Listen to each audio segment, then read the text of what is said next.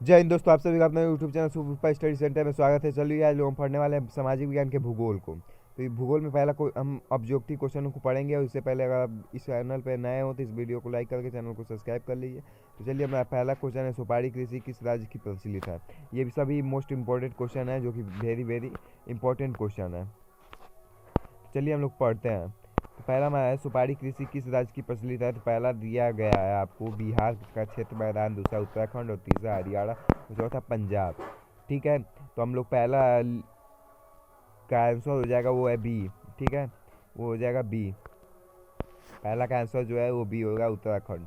और दूसरा दिया हुआ है हमारा, सीमेंट उद्योग का सबसे प्रमुख कच्चा माल क्या है। जो कि सीमेंट उद्योग का सबसे प्रमुख कच्चा माल कौन सा है।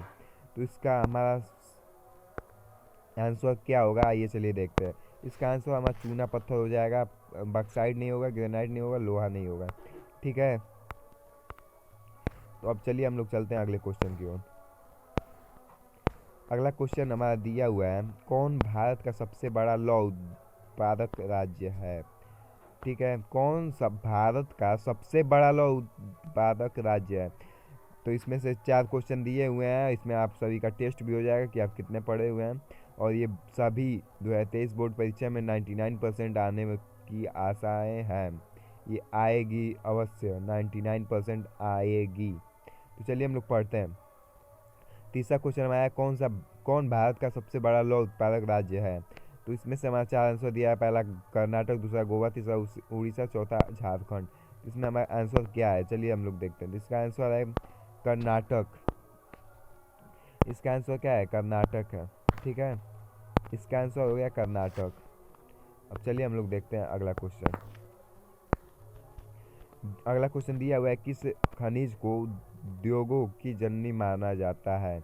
कौन सा खनिज ऐसा है जिसे उद्योगों की जननी माना जाता है। तो पहला हमारा दिया हुआ है सोना, दूसरा तांबा, तीसरा लोहा और चौथा मैग्नीज। तो हमारा इसका आंसर हो गया लोहा। लोहा जो कि खनिजों का उद्योग जननी माना जाता है। इस सभी को स्क्रीनशॉट लेते चलिए, और जिससे आपको बाद में पढ़ने में कोई दिक्कत नहीं होगी। चलिए अब अगला क्वेश्चन हमारा है, इनमें से कौन अधात्विक खनिज का उत्पाद उदाहरण है। जो कि अधात्विक खनिज, चांदी भी अधात्विक नहीं है। अभ्रक टीन, इसमें से कौन सा अधात्विक है, कौन सा अधात्विक है।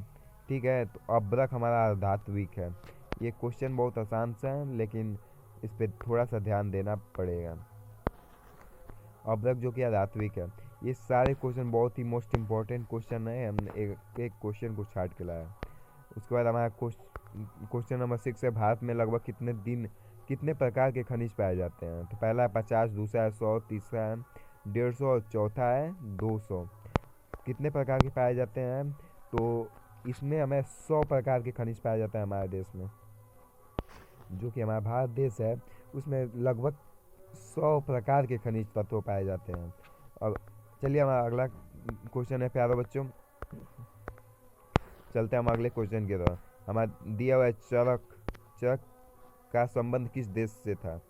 चरक का संबंध किस देश से था। तो हमारा क्वेश्चन नंबर 7 है, चरक का संबंध किस देश से था।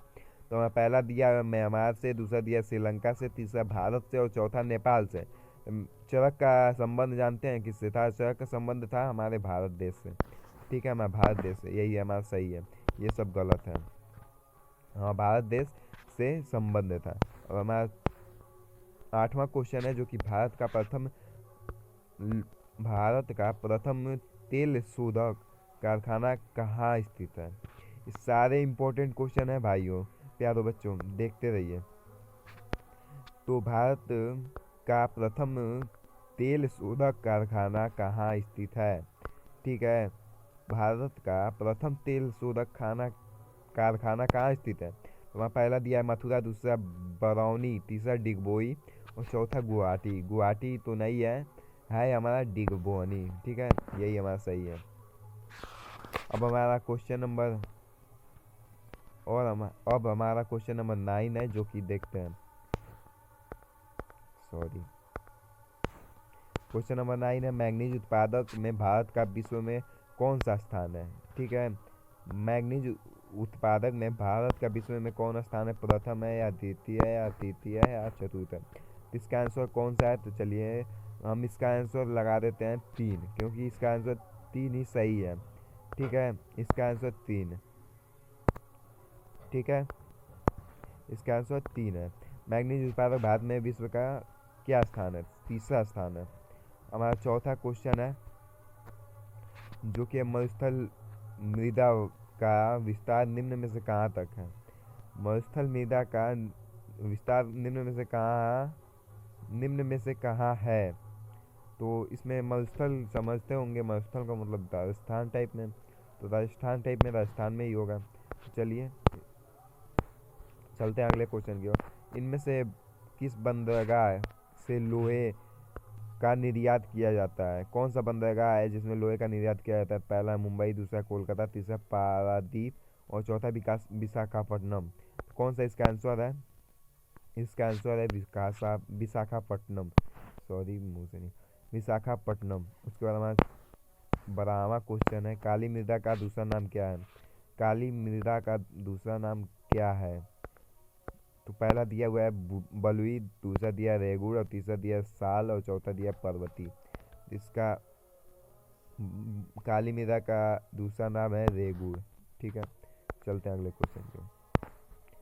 प्राकृतिक संसाधन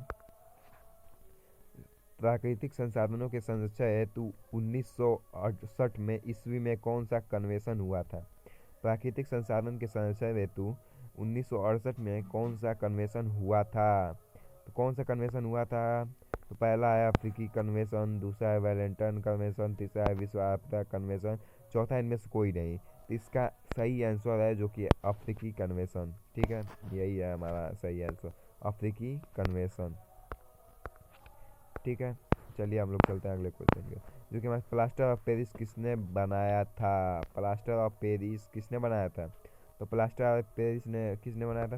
पहला दिया हुआ है डोलोमाइट, दूसरा दिया जिप्सम, तीसरा दिया प्लेटिनम और चौथा दिया कायनाइट। तो कौन बनाया था? जिप्सम या प्लेटिनम या कायनाइट या डोलोमाइट? तो इसका सही आंसर है जो कि जिप्सम। ठीक है, चलते हैं अगले क्वेश्चन की ओर, जो कि अगला क्वेश्चन है, निम्न में से किस खनिज का सबसे बड़ा उत्पादक राज्य उड़ीसा है? कौन सा खनिज ऐसा है जिसका उत्पादक मतलब उड़ीसा में सबसे अधिक उत्पादक होता है? पहला लौह है, दूसरा तांबा, तीसरा है टीन और चौथा है मैग्नीज। तो कौन सा सबसे अधिक उत्पादक खनिज है जो कि उड़ीसा में पाया जाता है? तो मैग्नीज एक ऐसा उत्पादक है जो कि उड़ीसा में सबसे अधिक पाया जाता है।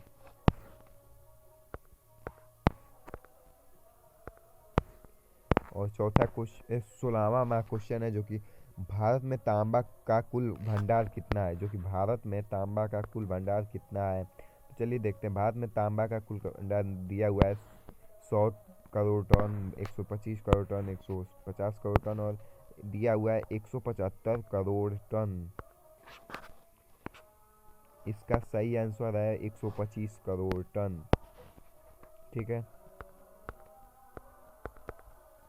इसका सही आंसर है 125 करोड़ टन। चलते हैं हम अगले क्वेश्चन की ओर, जो कि हमारा अल्मुनियम बनाने के लिए किस खनिज की आवश्यकता पड़ती है? जो कि अल्मुनियम बनाने के लिए किस खनिज की आवश्यकता पड़ती है? मैग्नीज की, टीन की, लोहा की, बॉक्साइट की। तो कौन सी पड़ती है आवश्यकता? टीन की पड़ती है, बॉक्साइट की पड़ती है या लोहा की पड़ती है या मैग्नीज की पड़ती है? तो इसका सही आंसर है बॉक्साइट। ठीक है, चौथा डी नंबर इसका सही आंसर है। चलिए हम लोग चलते हैं अगले क्वेश्चन की तरफ, जो कि हमारा अगला क्वेश्चन है, इनमें से कौन लौह युक्त खनिज का उदाहरण है? लौह युक्त खनिज कौन सा उदाहरण है? पहला दिया हुआ है मैग्नीज, दूसरा ब्रक, तीसरा बॉक्साइट, चौथा चूना पत्थर। इसमें से कौन सा जो कि लौह युक्त खनिज उदाहरण है? लौह युक्त खनिज का उदाहरण है जो कि है मैग्नीज। मैग्नीज लौह युक्त मैग्नीज लौह युक्त खनिज का उदाहरण है। इसका आंसर हो गया पहला ए नंबर। उसके बाद क्वेश्चन नंबर दिया हुआ है 19वां क्वेश्चन दिया हुआ है, मेढक के प्रजनन को नष्ट करने आंसर दिया है। मेढक के प्रजनन को नष्ट करने वाला रसायन कौन सा है? जो कि मेढक का प्रजनन को नष्ट कर देता है वो रसायन कौन सा है? बेंजीन है, यूरिया है, या एडीन है, या फास्फोरस है? तो इसका सही आंसर है एडीन है। जो कि एडीन हमारे मेढक के अंदर प्रजनन की प्रक्रिया को कम कर देता है।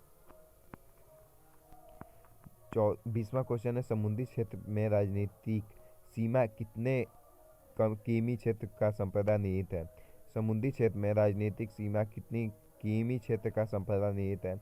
पहला दिया हुआ है 10.2 किमी, दूसरा दिया हुआ है 15.5 किमी, और तीसरा दिया हुआ है 12.2 किमी, और चौथा दिया है 19.2 किमी। तो कौन सा है? इसका हमारा सही आंसर है 19.2 किमी। ठीक है, हमारा लास्ट में जो किया है आंसर। चलिए आज के लिए इतना ही, अब मिलेंगे अगले वीडियो में, तब तक के लिए।